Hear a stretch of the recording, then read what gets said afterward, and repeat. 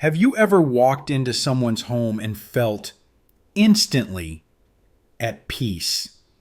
Not because it was spotless or decorated a certain way, but because the air itself felt gentle, like it carried warmth, like the house had been waiting for you.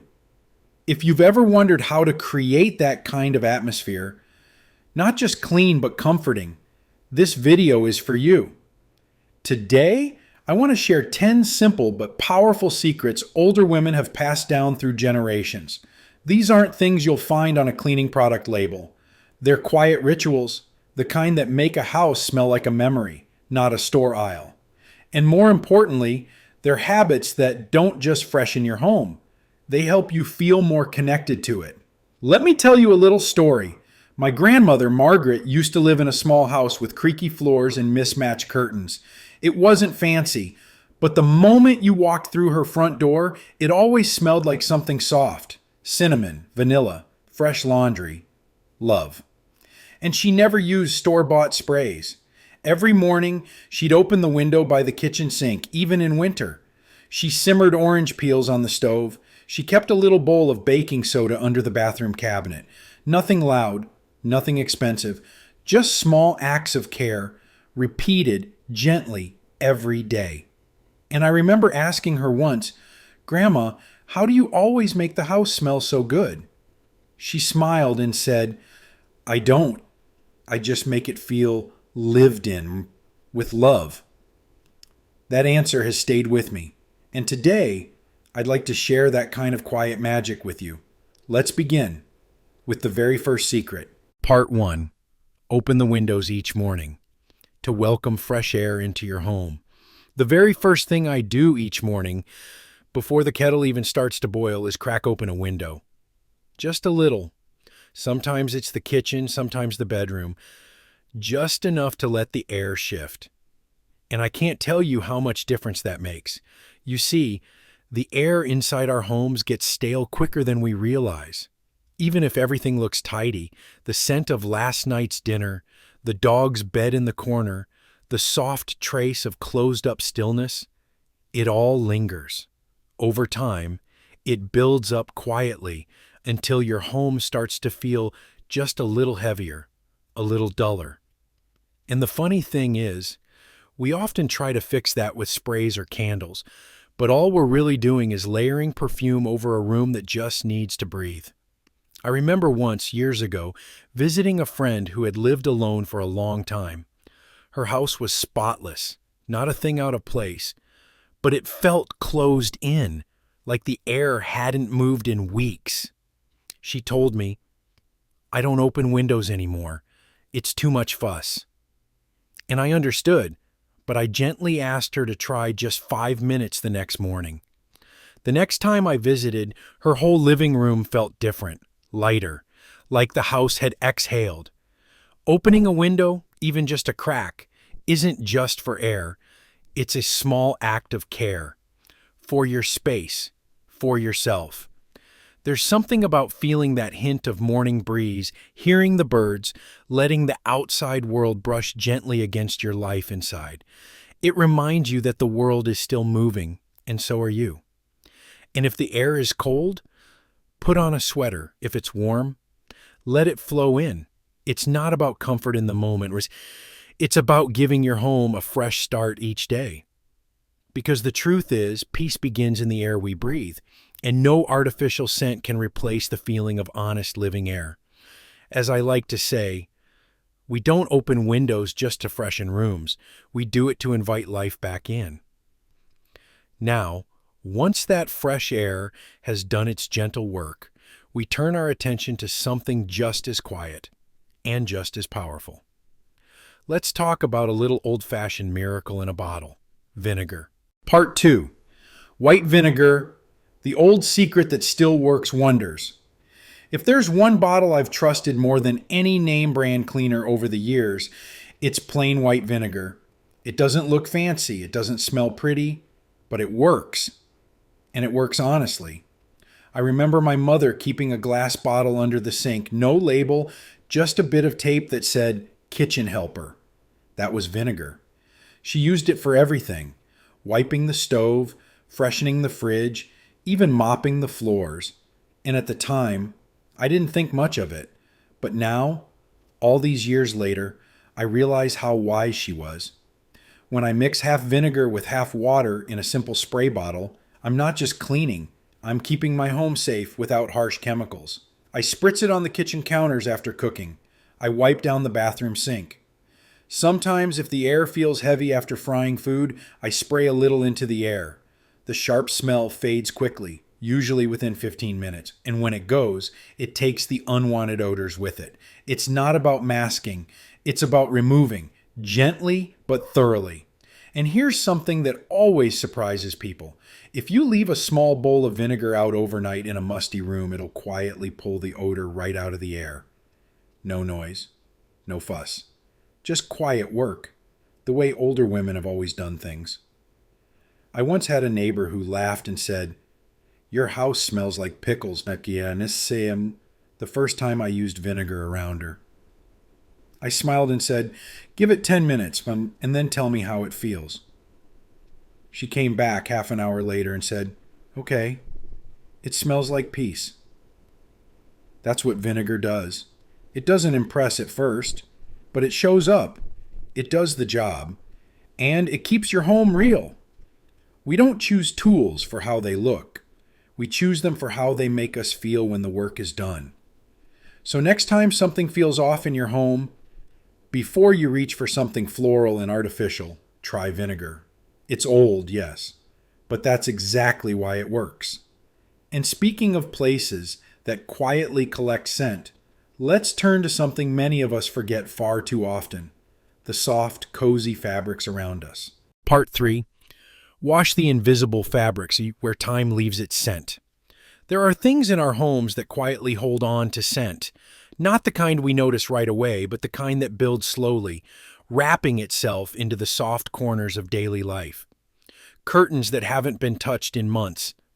Throw pillows passed from lap to lap during long conversations. That blanket on the couch we always reach for, even when it's not cold. These are the fabrics we love, and yet we forget they need care too. I used to think that if something looked clean, it was clean.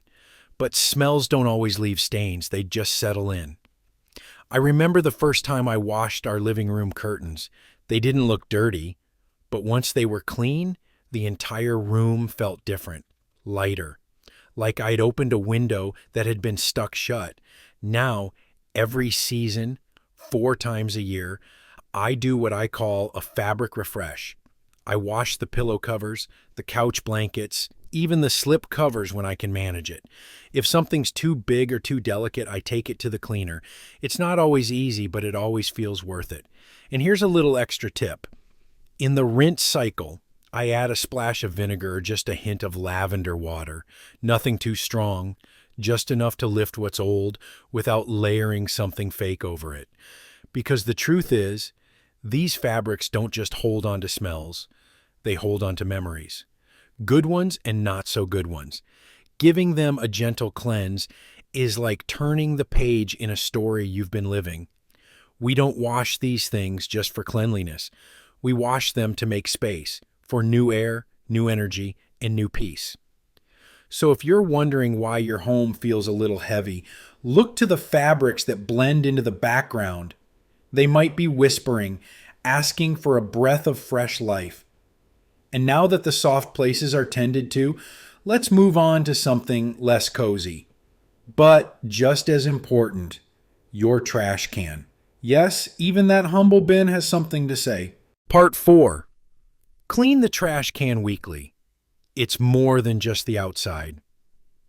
We all take out the trash. It's part of the rhythm of keeping a home. But there's something many of us overlook: the trash can itself. You see, even after the bag is gone, the smell often lingers. And the reason isn't the trash. It's the hidden bits left behind. A crack in an eggshell. A splash of old coffee. Something that leaked without us noticing.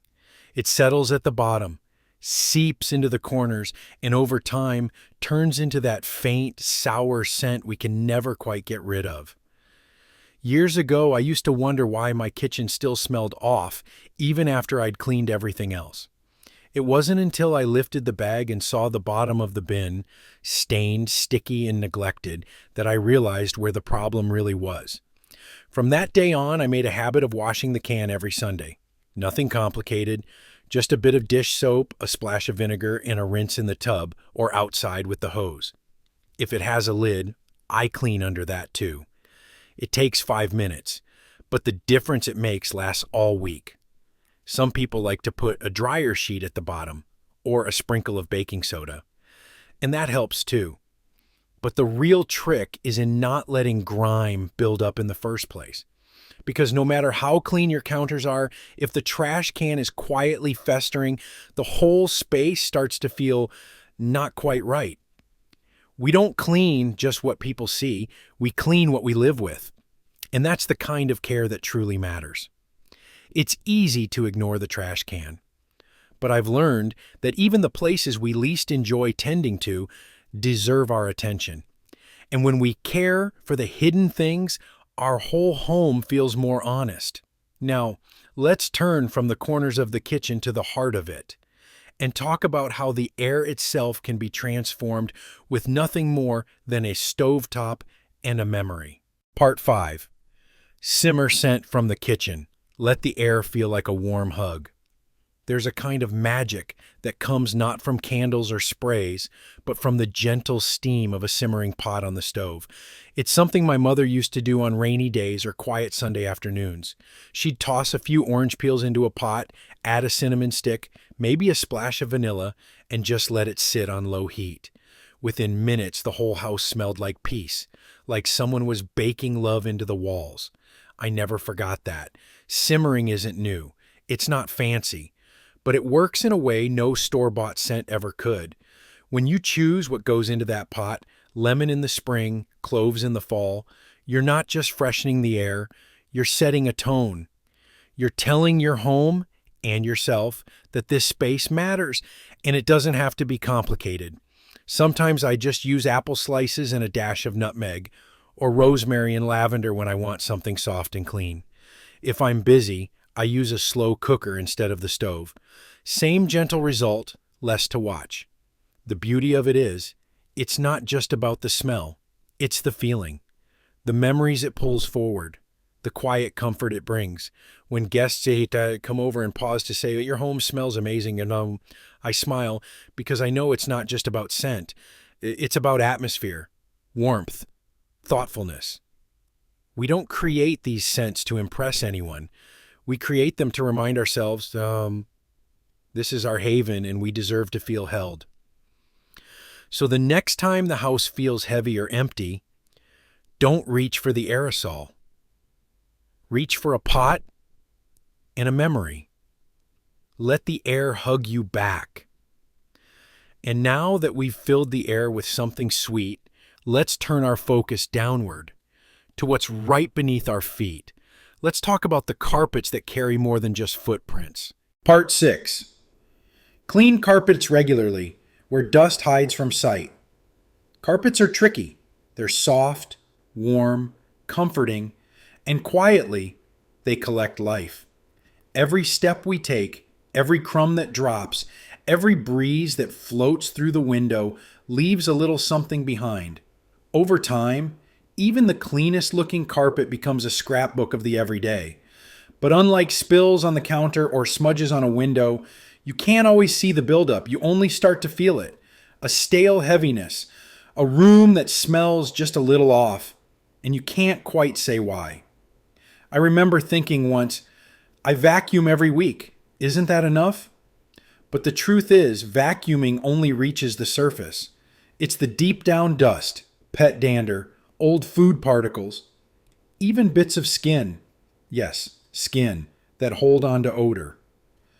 Twice a year, I rent a carpet cleaner or hire someone to give my rugs a real refresh. I use hot water and just a splash of vinegar. No strong scents, just clean, honest air rising from the floor once it's dry.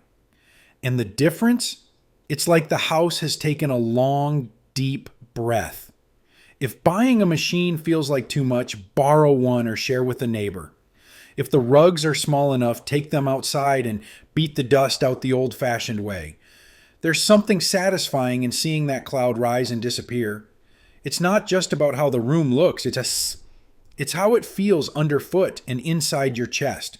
We don't clean the floor just because it's dirty. We do it because it's where we live our lives, step by quiet step. So if your home has been feeling a little dull, don't forget to look down. Freshness doesn't always come from what's sprayed. Sometimes it comes from what's finally let go. Now that the ground beneath us is clear, let's turn to something small and powerful, something that fits right in your hand, yet can change the whole atmosphere of a room. Part 7. Baking soda, the quiet friend in every corner. Some of the best helpers in life don't shout for attention. They sit quietly on the shelf, waiting for us to remember their worth. Baking soda is one of those friends. It's not fancy, it doesn't sparkle. But when it comes to keeping a home smelling clean and feeling fresh, it works like nothing else. And the beauty of it is, it doesn't just cover smells. It absorbs them, softly, thoroughly, without a trace. I keep a box in the fridge, always have, even when it looks spotless. Odors from leftovers or that half-forgotten onion in the drawer tend to settle in. But that little box, it keeps the peace. I sprinkle baking soda onto carpets before vacuuming, especially in the high-traffic areas where shoes and stories meet. Just a light dusting, left to sit for 15 minutes, and the vacuum takes away more than just dirt. It lifts the air. In my laundry hamper, behind the toilet, even inside the closet with the guest blankets, I place a small open bowl of it. Quiet, unseen, but always working. I even use it in my shoes, especially the ones I garden in. Sprinkle some at night, shake them out in the morning, and they feel like new. It's not about making your home smell like flowers or perfume. It's about making it smell like nothing at all, just clean air, honest and kind. No one walks into my home and says, "What's that scent?" But they do pause. They do smile. And sometimes they say, "It just feels good in here." We don't need loud solutions. We need quiet helpers, the kind that work in the background with love.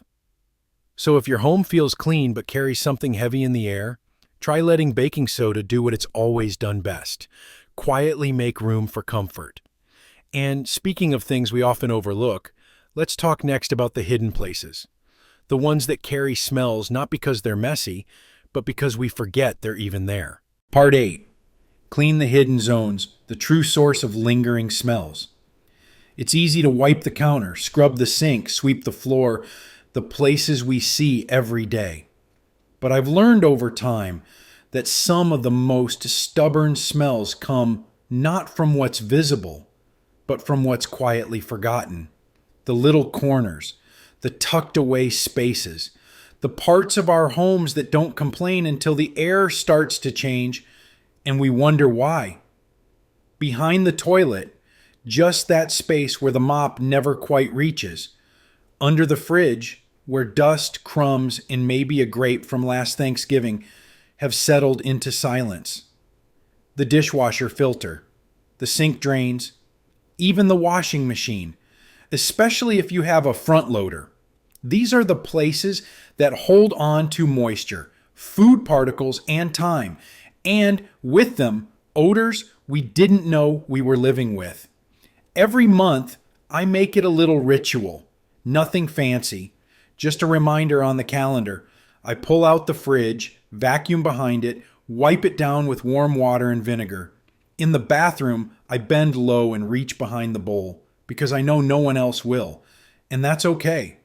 I pour baking soda down the kitchen drain, follow it with vinegar, let it fizz like a little science project, and rinse it clean. For the washer, I leave the door open after use and wipe the rubber seal where dampness likes to hide. These tasks take 5 minutes, but the feeling afterward, the freshness, the lightness, stays for days. It's the kind of cleaning that doesn't show off, but speaks in comfort. We don't clean just to be tidy.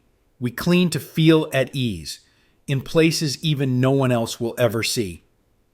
So next time something doesn't feel quite right in your space, don't just look around, but look underneath, behind, and within, because that's where true peace starts. Now that we've cleared the hidden heaviness, let's think about what we bring in to replace it, Mom.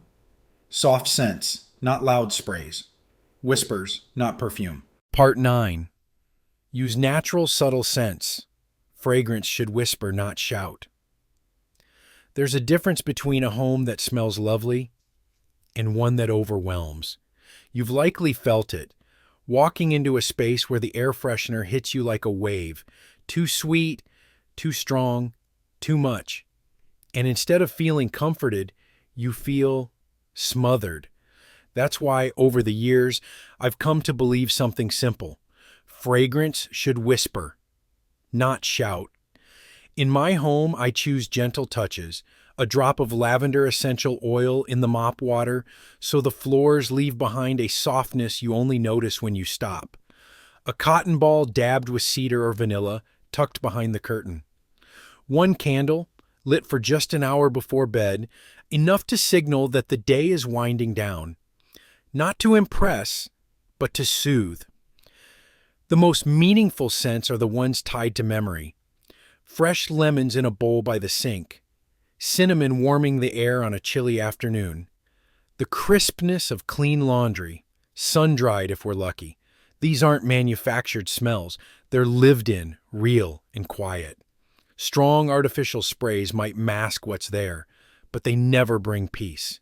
And more often than not, they remind us we're trying too hard. True comfort doesn't come from covering up.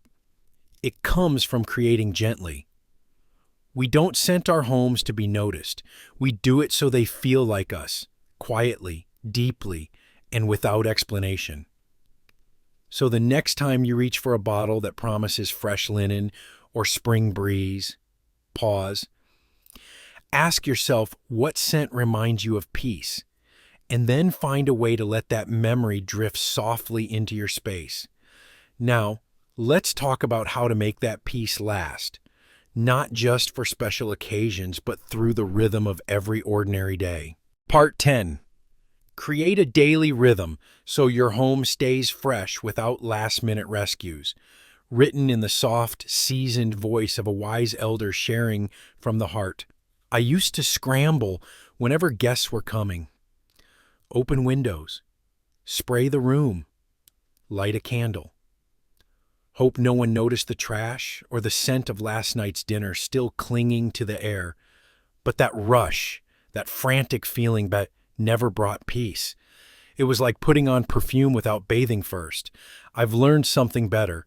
When you build small habits into your day, you don't have to rescue your home. You simply live in it, kindly. Now, every morning, I crack open the kitchen window, even in winter. Just for 5 minutes while the kettle boils. I wipe the counters and fluff the pillows, not because anyone will see, but because I will. I check the trash, not if it's full, but if anything inside is going to turn sour.